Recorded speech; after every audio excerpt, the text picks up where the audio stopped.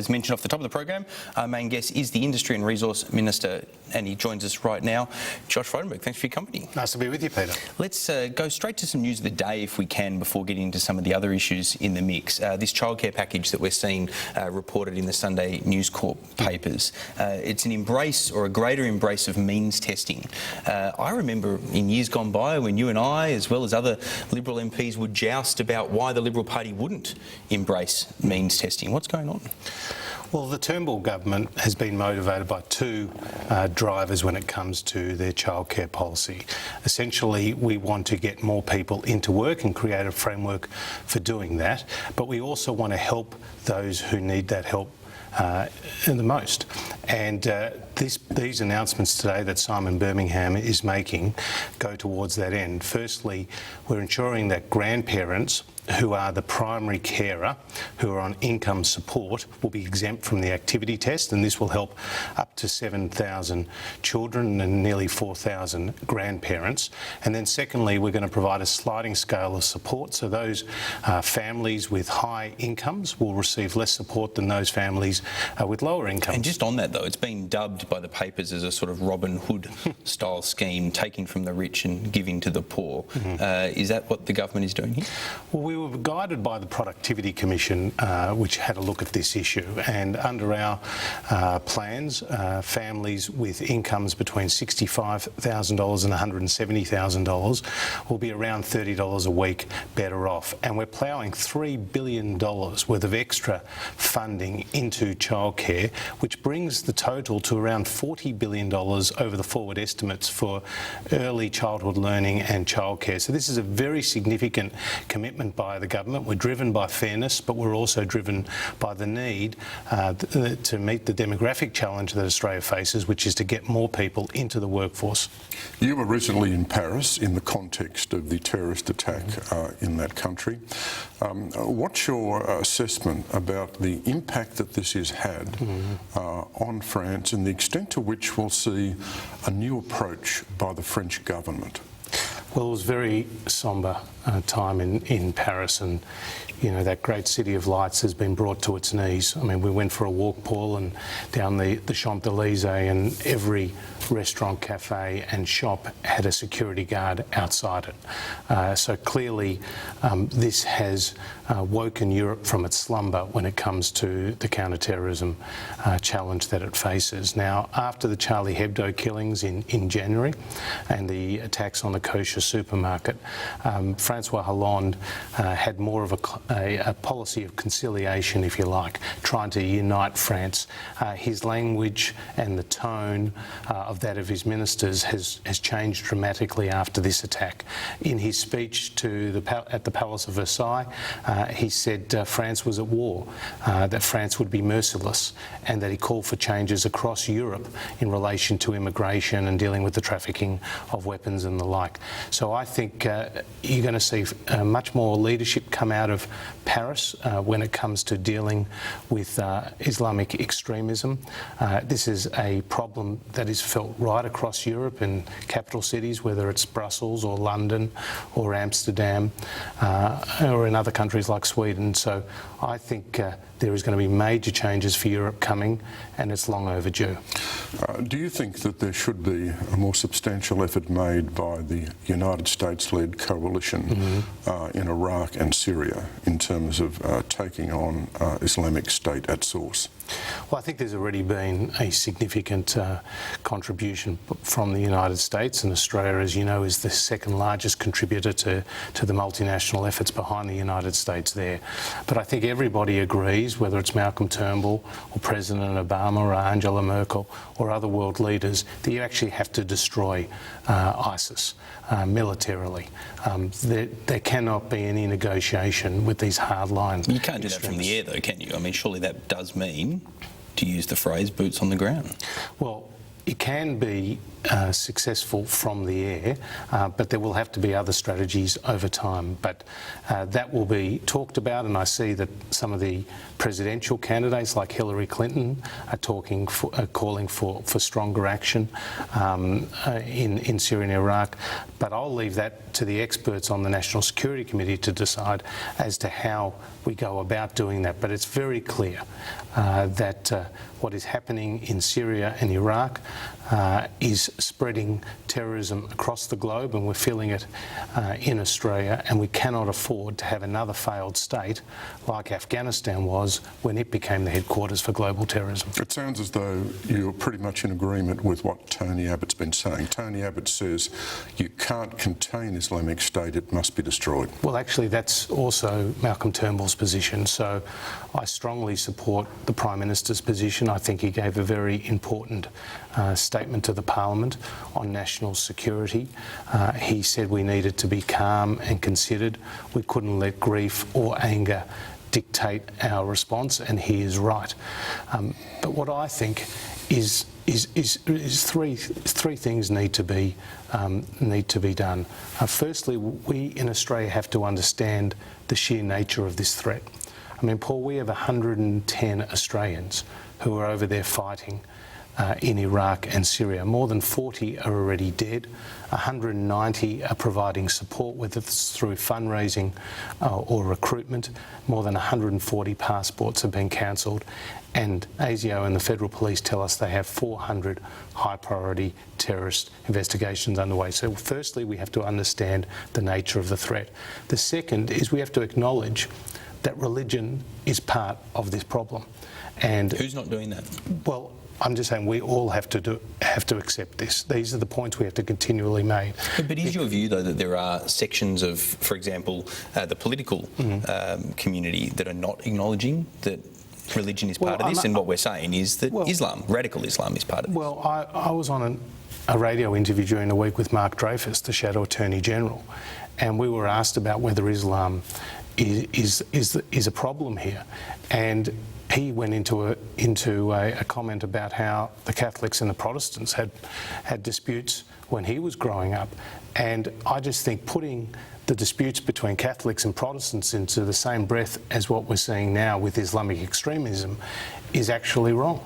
And the problem is whether it's Islamic State, whether it's Al-Qaeda, whether it's Lashkar-e-Toiba, whether it's Jemaah Islamiyah, who were responsible for the death of more than 80 Australians at Bali, these are all variants on Islamic extremism.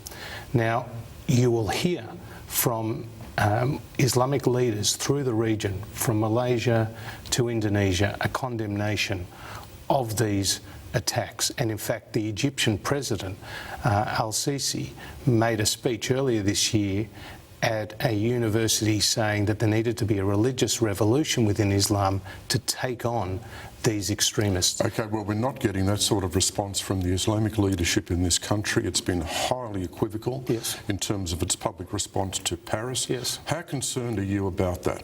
Very concerned. I think the Grand Mufti failed in his leadership with his statement. He sought to cover that up subsequently, but it was a graphic failure, and he has more of a responsibility not only to the Muslim community but to the community at large, because all our security is at risk. You see, I do not accept, Paul, that terrorism in our cities is the new norm. I will not accept that as a member of the Australian Parliament. I know my fellow parliamentarians will not accept that. Daniel Andrews, the Premier of Victoria, said we have to accept that violent extremism is part of contemporary Australia. Well, I say no, that's rubbish. I will not accept that. And we need to acknowledge the significance of this threat, to acknowledge that religion is part of this problem. And thirdly, because this is the key point, we need to deal with it at a hard edge with the military response, but also we also need to deal with it with a counter-narrative. And David Cameron has made some very strong comments in the United Kingdom on this point. He says this is the greatest challenge of our generation, and I agree. Well, we can't get the response right unless we get the diagnosis correct? And this goes to the role of religion. To what extent are you concerned that the wider public debate in this country has got a large element of denial in it when it comes to confronting the fact that this is a problem within Islam?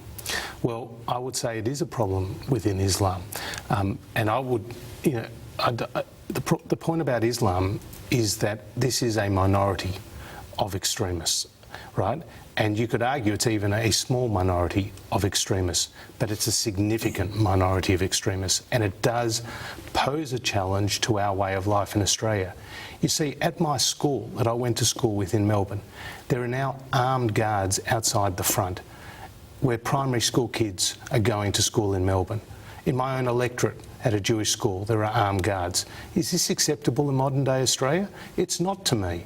And do you think there's a tendency for us to accept this, to say, well, this is the new reality of the country? Well, when I heard Daniel Andrews' comments, I thought that he too readily accepted it. You see, there's a mutual obligation in Australian society, wherever you come from, that you accept the laws of the land and you adhere to it, and we respect your diversity and your culture and your traditions. And it's been a great success story, and there are wonderful members of the Islamic community in Australia, and I want to hear those moderate voices. You know, you made, at The Australian, you made Jamal Jifri Australian of the Year. He's been a very strong and powerful voice. There are many others. Bashar Hawley, a wonderful footballer. We need to hear more of those voices, because clearly we're not winning the battle of hearts and minds, and we do need to win. You mean we're not winning the battle for hearts and minds in this country? That's your current assessment? In the Muslim community, it is, because you have seen a graphic and dramatic increase in the number of extremist attacks. I mean, the Prime Minister made it very clear in his statement, Paul, that since September 2014, when the threat level went to high, we have seen 26 terrorist-related arrests across 10 different police raids. That's a third of all terrorist-related arrests since 2001. And really what worries me is the numbers that I talked to you about before, about that 110, because when Afghanistan was the global headquarters for terrorism, 30 Australians went over there. Of those 30 Australians, 25 came back to Australia. Of those 25 who came back to Australia, 19 re-engaged in terrorist activity here in Australia, and 8 were imprisoned or convicted for their offences. Now, that's 30. We're now talking about 110 over there. And I just want to say, I think Malcolm Turnbull's on the right track. I think he's absolutely cognisant of this threat. Michael Keenan, George Brandis, Julie Bishop, our whole National Security Committee is galvanised by the challenge that we face. Peter Dutton is putting these new immigrants through. What do we do to tackle the problem you talk about? Measures. You just said you think that in terms of the Muslim community, we are losing the battle for hearts and minds. Yes. You've said there's a dangerous tendency to accept what's going on as the new norm. How do we turn things around? Well, again, I think David Cameron, in the recently released counter-extremism package, has been very forthright with a number of his initiatives, and I know that we are looking at that very closely, and we take our own initiatives. We have to disrupt those preachers of hatred in the mosques. We have to focus on integration as opposed to segregation in the schools. We have to tackle online and radio and television promotions of religious extremism. We have to do it in a very comprehensive way, and there are no, as the Prime Minister said, no quick fixes. Now, just a moment ago, Mr Frydenberg, you just criticised the Victorian Premier, Daniel Andrews. Are you offering now a critique of the political responses by different governments in Australia? Are we now going to see, given your comments this morning, a critique along political lines about the best way to deal with ISIS? Look, I'm an Australian, first and foremost. Before I'm a member of any political party. This is above politics. Well, but you just criticised the Victorian Premier, so I want to unpack what he's doing that's wrong, that you said this morning deserves a critique. His statement, regardless of whether he's Liberal or Labor, anybody who says we have to accept violent extremism as part of contemporary Australia, I believe is wrong. because I don't accept it. I do believe that we can defeat this threat. I mean, as Malcolm Turnbull made very clear in his speech, we cannot eliminate extremism altogether, but we can mitigate it significantly, and that's the point. I want to take you back to what you said about the Grand Mufti. You criticised his initial comments, as have many political leaders. You made the point that his secondary follow-up comments were a cover-up. That's very different rhetoric to what we heard last week on this show from the Justice Minister, where he said that he clarified. I think the Prime Minister said that he clarified as well. Why do you choose the words cover-up? Because his first reaction was his instinctive reaction. So you don't accept that the second one was some sort of positive, mooted clarification? It was just a straight-up cover-up because you realised the reaction to those first comments? You only make a clarification after you realise that the response to your first comment, and that was the first comment that I'm sure many in the Muslim community heard, and certainly that's what the rest of Australia heard. Have politicians of both sides been too quick to try to forgive and forget by saying that they were just clarifications when he came back, rather than, as you've put it, a cover-up? Well, I'm just saying, from my perspective, there was a failure of leadership, and we are at a critical point now in Australia. But let me just unpack this, because it's a powerful comment, I thought, when I heard you say it. And I'm not disputing it's how it. I feel. I'm not disputing it. I'm looking to unpack it. Yeah. Your view is that he simply was reacting to the criticism and choosing to sort of, in a sense, try to cover up the hornet's nest, if you like, that he'd let loose. Well, if you read his statement, he talks about causative factors, and he talks about, Islamophobia, for example, or foreign and defence policies of Western powers. That's not the cause of this problem. The US operations in Afghanistan occurred after 9/11 and the 3,000 lives that we lost there. Australians did nothing to deserve to be the victims of the Bali bombing. But you're not buying his follow-up comments, but other political leaders on both sides are, Liberal and Labor. Peter, let me just tell you how strongly I feel. I went to Paris. I went to the Bataclan Concert Hall, and I saw those memorials with the thousands of candles, the hundreds of pictures, the French flags. I saw a city of 10 million people brought to its knees. The more than 130 young people had gone out on a Friday night to eat a meal or to go to a concert, expecting to come home. They never did. Their mothers, their fathers, their brothers, their sisters. In Australia, Katrina Dawson, a mother of 3 children, goes to buy a coffee or a hot chocolate at the Lindt Cafe, never to come home again because of a man with a flag and a gun. And Curtis Cheng, can I just say, and Curtis Cheng, a dedicated father of 2 and police worker, walks out of a police station in the middle of Parramatta to be shot down by a 15-year-old. Let's not understate the threat that we are facing, and let's get serious about dealing with it. Now, I know, and I'm part of the Cabinet, I know my colleagues are doing everything possible. But as the Australian community, we have to acknowledge the seriousness of this threat, the reasons for it, and try to deal with it in a very considered and, as the Prime Minister said, calm and strategic way. Do you think the Mufti should resign his position? Well, look, that's a question for the Mufti and for the Islamic community. It's not for me. But you've got very strong views on this, Josh Frydenberg. It's a fair question from Troy. Do you think he should? Well, I think that he needs to show greater leadership than he did. And as for whether, for his future, that's a question for the Muslim community, because I know, that the vast majority of the Australian Islamic community appreciate the significance of this extremist threat, and they also want to see the end of it, as I do. We're going to take a break here on Australian Agenda. When we come back, we're going to move into portfolio areas of responsibility, talking about the impact, amongst other things, of climate change on the resource sector. Back in a moment.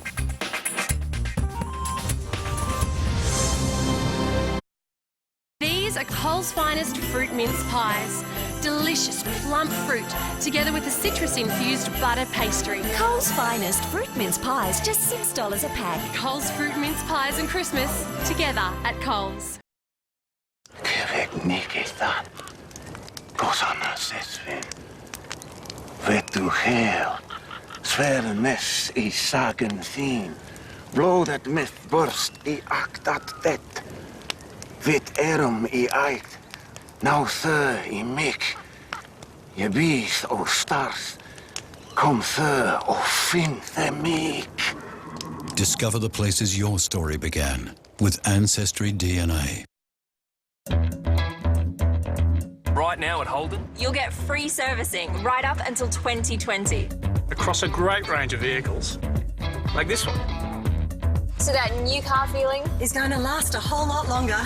Don't miss the chance to pick up a new Cruise Equip hatch or sedan from just $20,000 drive away with the added bonus of free servicing until 2020. Get that new car feeling for longer. Hurry, offer must end November 30.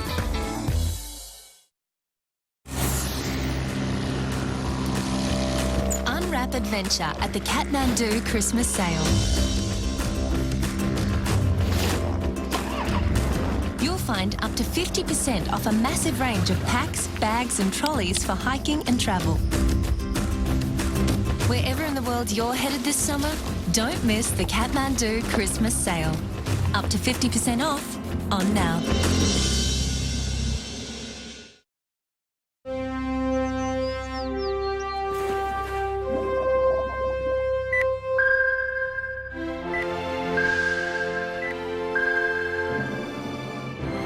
It's a dolphin. My dolphin. Yay for the magic of Christmas. For extra sparkle. And those special touches. For quality trees and designer decorations. For beautiful table settings. And even the most fabulous food. With higher quality and lower prices, there's only one place with everything you need for a magical Christmas. Target. These are Coles fruit mince pies, crumbly golden pastry, together with a delicious fruit mince filling. Coles fruit mince pies, just $1.50 a pack of 6. Coles fruit mince pies and Christmas, together at Coles.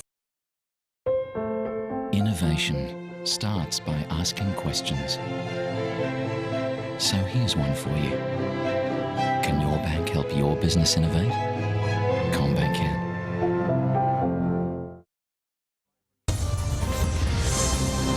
Welcome back. You're watching Australian Agenda, where we are speaking to Josh Frydenberg, the Resource and Industry Minister. Mr. Frydenberg, climate change. Now, this is something that profoundly impacts on the resource sector, depending on what policy scripts are pursued. Coal is something that seems to be under some pressure. What is the future of coal extraction here in Australia? Well, people have to understand the significance of the coal industry in Australia and globally. We get more than 60% of our domestic electricity supplies from coal. Globally, that number is 40%. Australia is also the second largest exporter in the world of coal, and it's our second largest export, nearly $40 billion in 2013-14 of export income, and it employs 40,000 Australians directly and more than 100,000 Australians indirectly. So it's very, very significant. Now, there's an emphasis in coal-fired power plants now on high efficiency, low emission technology. And these are called HELE plants. They're right throughout Asia. They can reduce the carbon footprint by up to 40% on some of the older plants that are currently in existence. And Australia's coal, which is low in sulphur, low in ash, is perfectly placed for these power plants. So the future for Australia's coal exports is still very strong. Global coal demand will increase over time, but the International Energy Agency have pointed out that coal's proportion of the global energy supply will go from 40% today to 30% by 2040. So it's still a very significant part of the energy mix, but there is a transition taking place with renewables and nuclear power as well. What's your response to the new Labor policy, the new Labor benchmark, which they'll seek consultations over about the 45% emissions reduction target by 2030, which is a very, very ambitious target it compared to the Turnbull government's position? Well, this is a desperate ploy for relevance by Bill Shorten, and it can be criticised at two levels. First, in terms of the process. He's put this number out there as an amber claim, 45%. There is no costings. He hasn't explained the mechanism for reaching that point or the impact on electricity prices. And then secondly, in terms of the substance of that target, it's beyond what comparable countries are doing and taking to Paris, in just a week's time. So you've got Japan's target at 25%, you've got Europe's target at 34%, you've got Australia with a very well-placed target at 26 to 28%, you've got Bill Shorten at 45%. Now, the only modelling we can go on is what was done by Treasury under Labor to the Climate Change Authority's targets, which were pretty similar to this. And they said it was a $600 billion hit to the Australian economy. Now, that is a significant impact on jobs and on growth, on electricity prices and household budgets. So I think Bill Shorten's taken a huge gamble here. I think it reflects why he's not fit for office, because in his year of big ideas, he's just come up with an amber claim, and I think he'll be subject to some very rigorous scrutiny over the months ahead. The other elements, of course, of Labor's policy is to reintroduce an emissions trading scheme and also to support a 50% renewable energy target. Now, you're the industry minister. What do you make of the renewable energy sector? Is that policy goal realistic? Well, we've come up with a bipartisan target of 23.5% of electricity coming from renewable energy by 2020, and that has been well received, and it will lead to a doubling in the large scale investments in renewable technology. Now, under Malcolm Turnbull, we're very committed to renewable energy. We're agnostic as to where it comes from, whether it's wind farms or hydro or solar. I mean, Australia has 1.4 million households with solar panels and 900,000 households with solar hot water systems. That's the most per capita of anywhere in the world. We're supporting 300 scientists through the CSIRO Energy Flagship Program to invest in renewable technologies. And of course, we've got ARENA and the Clean Energy Finance Corporation and a number of other mechanisms where we're investing in new technology. So I'm very comfortable with what our current commitments are. But when you talk about that emissions trading scheme, what you're really saying is that Labor is going to reintroduce a carbon tax. Now, as you know, Julia Gillard and Kevin Rudd failed to win the public's endorsement for a carbon tax, and we saw that in the 2013 election when they got the lowest primary vote in 100 years. That was at a carbon price of $23 a tonne. Warwick McGibbon says that under Labor's new targets, it could be $200 per tonne, 10 times that. So if you saw what the Australian public's response was to a $23 a tonne carbon price, imagine what it would be to a $200 a tonne. But has there been a change in the rhetoric around renewable energy? I mean, we saw stories about Joe Hockey not liking wind farms and Tony Abbott sceptical about solar power, but we seem to see a little bit of a change in rhetoric, a more open view. But as the industry minister, are you a champion for the renewable industry sector? Absolutely. And I think there has been a change in tone, and I think that's been welcome by the sector. But I see renewable energy as an important part of the energy mix. My point is that with transitions, they have to occur over time, and you cannot afford to shut down your coal industry overnight because you cannot replace it with renewable energy overnight. Over time, we will see renewable energy play a greater role, and that will be interesting, and I think very beneficial for both the environment and for the economy. As Minister, are you concerned we're likely to see resource projects falling over because of low global commodity prices, changing the financing arrangements for these projects, or because of environmental litigation? Yeah, there is a chance that at a time of low commodity prices that some of these projects become uneconomic, and that at the same time there's a full court press from superannuation funds, from banks, from environmental activists to put more pressure on these projects. So yes, it is a challenge, and it's a particular challenge because international energy demand is going up by a third between now and 2040, and according to the International Energy Agency, 75% of that demand will be met by fossil fuels.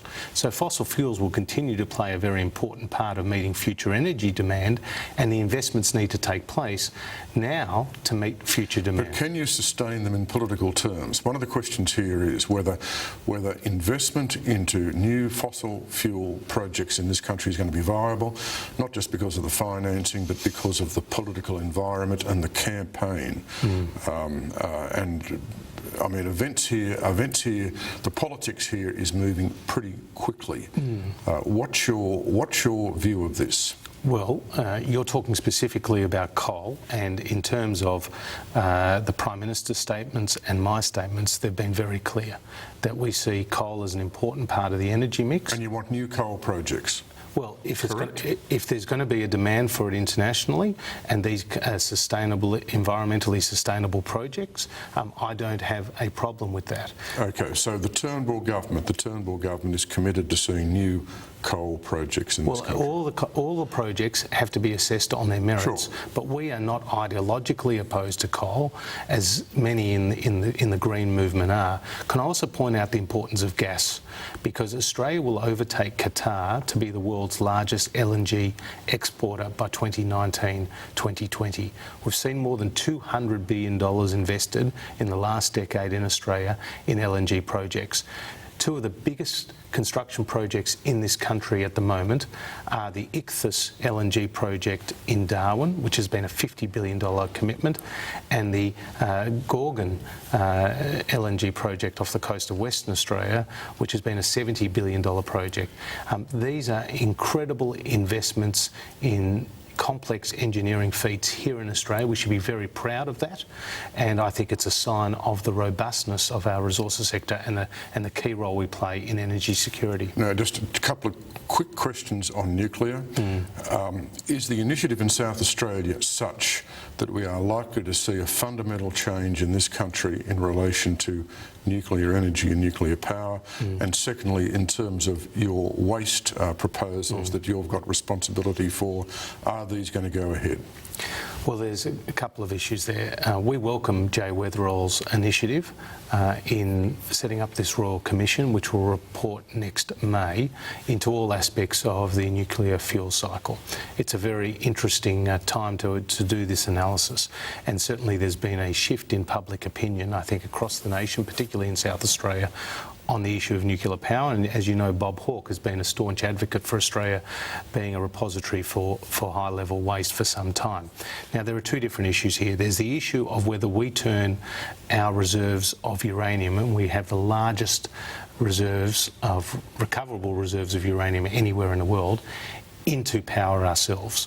Now, that is a question where cost will come into it, because Australia has large reserves of coal, as you know, and gas, which would make that equation different for us than compared to other countries, and I don't think that's going to happen anytime soon. There's the second question, is whether we store high-level waste in Australia. That's the waste from nuclear reactors that is used to turn uranium into energy. Now, we would have to change domestic legislation here.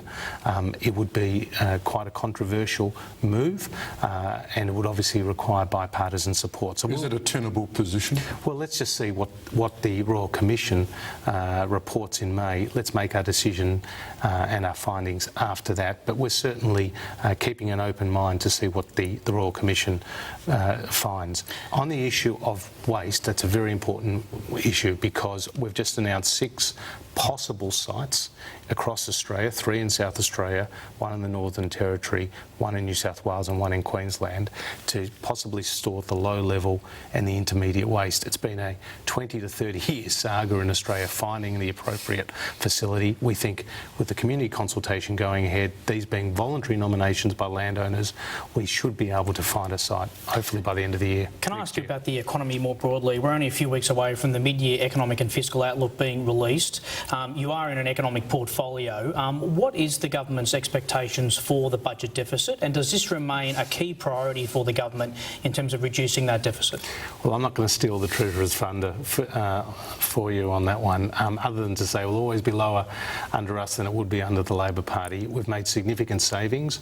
We're also investing, as I said at the top of the program, in areas like childcare and, of course, national security, where there is a great need. But I think we're starting to see the Australian people being very confident in the direction from the Turnbull government. Josh Frydenberg, you've been generous with your time. We appreciate you joining us here live in the studio on Australian Agenda. Thanks very much. Thanks, Peter.